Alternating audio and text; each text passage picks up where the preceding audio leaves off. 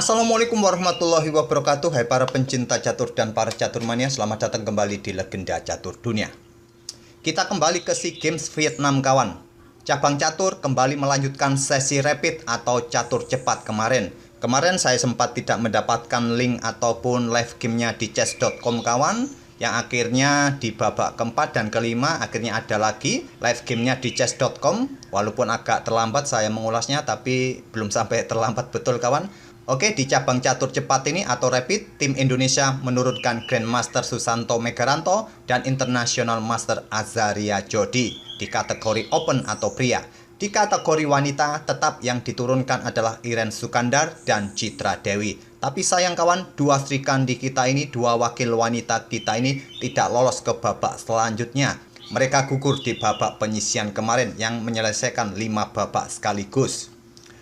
Tapi pemain pria kita, Megaranto dan Azaria Jodi ini kawan, lolos ke semifinal atau 4 besar. Dan ada yang sedikit mengejutkan kawan, unggulan pertama dari Vietnam, Lee Quang Lim, yang seorang super grandmaster dunia, juga diturunkan. Tapi sayang kawan, setelah 5 babak dimainkan, Lee Quang Lim berada di posisi ke-7 klasemen, yang akhirnya Lee Quang Lim ini tersisih untuk masuk ke babak selanjutnya kawan. Lee Quang Lim gugur di babak penyisian. Sedangkan Megaranto sendiri menempati posisi pertama di klasemen sampai 5 babak dimainkan di babak penyisian. 4 pemain di klasemen itu kawan diambil untuk lolos ke babak semifinal. Dan untuk game yang akan kita ulas ini adalah permainannya dari Grandmaster Megaranto Susanto. Oke, langsung ke atas papan. Game yang saya pilih ini saat dia bertemu dengan International Master asal Filipina, Jan Garcia.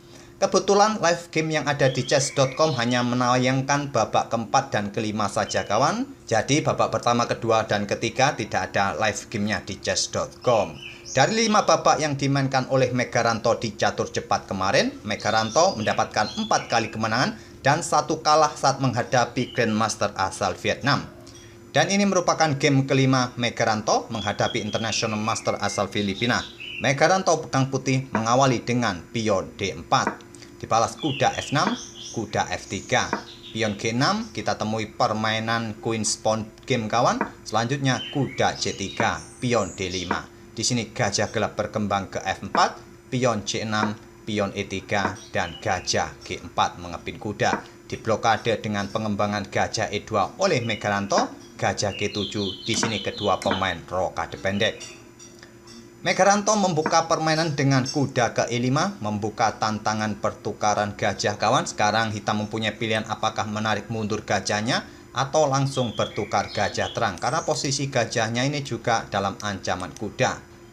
Garcia memilih pertukaran gajah terang, dipukul balik oleh kuda agar pionnya ini jika ada kesempatan juga bisa didorong maju kawan. Kuda juga siap bermanuver menghadang pergerakan kuda hitam yang ingin menempati spot peta E4. Kuda B berkembang ke D7, lanjut Garcia atau hitam, pion C3. Kuda ke H5 memberikan tantangan pertukaran perwira di sini kawan. Kuda mengancam gajah ataupun kuda siap pukul kuda D7 oleh Megaranto, ataupun kuda ini juga mendapatkan 2 kali tekanan dari kuda hitam dan gajah gelap hitam. Apa yang harus dilakukan oleh Megaranto di sini kawan? Di sini ada beberapa pilihan langkah utama. Langkah utama adalah membiarkan para perwiranya di petanya masing-masing seperti ini. Menurut Stockfish, pion A4 bisa dimainkan oleh putih, beteng bergeser ke E1, ataupun juga kuda pukul kuda terlebih dahulu.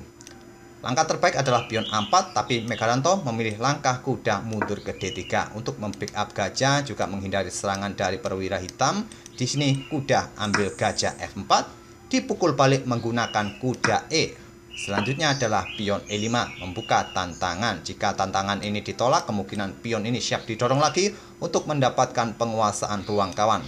Langsung diterima oleh Megaranto, dipukul balik oleh kuda. Megaranto bertukar kuda, dipukul balik oleh gajah. Di sini kuda mundur ke D3, berbalik mengancam gajah. Gajah ke F6, tidak lagi bersembunyi di peta yang menjadi sniper, bersembunyi di antara rumput-rumput kecil seperti ini. Tidak dilakukan, dia agar mendapatkan diagonal yang lebih banyak kawan, yang lebih efektif. Megaranto melangkah menteri B3, jelas incarannya adalah pion, di backup oleh menteri C7. Selanjutnya beteng D1, di sini beteng F bergeser ke E8, selanjutnya beteng E1, lanjut Megaranto. Kedua beteng hitam juga ditempatkan di lajur pusat. Sekarang Megaranto bermain dengan pion G3, mungkin persiapan pion H4, bisa jadi pion H5 dimainkan. Sekarang pion C4 menantang pertukaran pion, ditolak, raja naik ke G7. Setelah 20 langkah kawan, kedua pemain ini membuat langkah-langkah yang cukup bagus dalam permainan cepat seperti ini kawan. Langkah-langkahnya walaupun bukan langkah utama, tapi tak ada kesalahan berarti. Tapi Megaranto di langkah berikutnya ini memilih langkah beteng ke C1. Ini adalah langkah yang tidak akurat. Pada posisi ini tadi kawan, baiknya menurut Stockfish putih melakukan pertukaran pion C pukul pion D5 ini terlebih dahulu kawan. Tapi mungkin yang tidak disukai oleh Megaranto adalah ini akan memberikan kesempatan bagi beteng hitam langsung naik kawan. Dan mungkin nanti di langkah berikutnya siap mendobel betengnya di lajur D yang sudah terbuka penuh ini.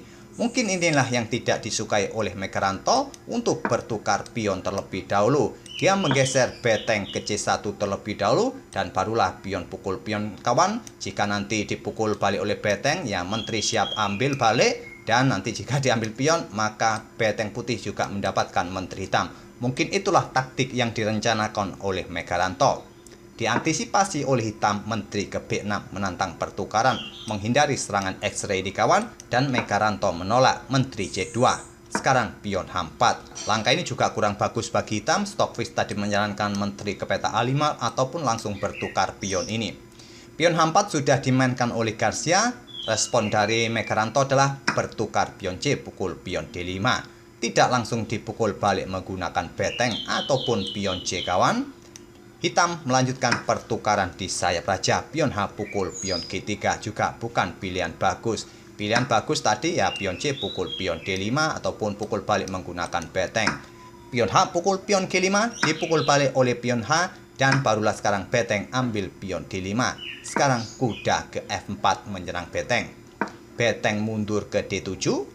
Pion B3 untuk menghindari ancaman gajah ini kawan, juga dengan dukungan menteri. Dan nanti menterinya bebas bergerak. Di sini beteng ditumpuk di lajur D oleh hitam. Megaranto menggeser betengnya ke D1 untuk menantang pertukaran beteng. Tantangan ditolak, menteri hitam A5 untuk mendapatkan kontrol lebih kawan pada peta D2 ini untuk mendukung betengnya mengancam menteri nanti kawan. Jika diambil oleh beteng putih nanti masih bisa dipukul balik oleh beteng hitam mengancam menteri. Tetap incarannya adalah peta A2 nanti kawan. Oleh karena itu didahului oleh Megaranto pertukaran beteng dipukul balik oleh beteng hitam. Ancamannya masih tetap sama kawan. Peta D2 ingin mendapatkan pion di sini diblokade oleh kuda D3 dan beteng mundur ke D8. Di sini menteri bergeser ke E2. Menteri hitam A3 tetap mengincar pion ini kawan. Apakah nanti juga mengincar beteng? Beteng pukul kuda dipukul balik dan menteri hitam mendapatkan beteng untung 1 perwira. Terlebih dahulu beteng naik ke C2 menghindari ancaman menteri, juga memperkuat posisi pionnya ini kawan. Selanjutnya pion A5 dan kuda ke C5 mengancam pion. Menteri ke B4 melindungi pionnya. Di sini beteng C4 kembali mengancam menteri. Menteri ke B6 dan raja putih naik ke G2. Lanjut Megaranto. Langkah-langkah kedua pemain sangat bagus. Selanjutnya gajah E7 mengincar kuda. Menteri ke B2 terlebih dahulu skat, ditutup kembali oleh gajah, dan di sini menteri kembali ke E2. Hitam juga tidak melakukan langkah yang berulang dengan gajah ke peta E7 kawan, memilih menterinya ke peta C7. Megaranto melangkah kuda E4, mungkin sedang mengincar gajah dan persiapan endgame beteng plus menteri. Menteri ke E5 membackup gajah. Megaranto tidak terburu-buru bertukar perwira, dia melangkah menteri F3. Gajah mundur ke E7, di sini beteng mundur ke C2 untuk menghentikan pergerakan menteri kawan yang mungkin ingin menusuk ke peta ini. Selanjutnya adalah gajah B4, pion G4. Beteng H bergeser ke H8, persiapan memberikan ancaman di sini mungkin kawan. Selanjutnya adalah kuda menutupnya atau memblokade di G3, menutup akses bagi menteri mendukung betengnya melakukan skak. Selanjutnya adalah menteri ke G5, Di sini beteng turun ke C1 untuk menghadang pergerakan menteri yang ingin menempati peta ini, kemudian melakukan ancaman yang serius kawan. Kemungkinan nanti akan dihadang oleh beteng di peta H1. Beteng bergeser ke D8 untuk menghindari ancaman dari pertukaran beteng di lajur H, juga persiapan menempati spot peta D7. Beteng D1 menantang pertukaran. Diterima kali ini, dipukul balik oleh menteri. Menteri mundur ke E7 dan menteri putih D4 skak. Ditutup oleh menteri, Megaranto langsung bertukar menteri. Sekarang kita sudah di langkah ke-47 kawan, dan kita sudah memasuki permainan endgame. Ada ketidakseimbangan perwira, kuda versus gajah, juga posisi pion-pion kawan. Memang jumlah pion cukup seimbang, 5 pion berbanding 5 pion, tapi posisi pion ini tidak seimbang. Di mana Megaranto mempunyai pion mayoritas di sisi raja kawan, 3 pion melawan 2 pion hitam.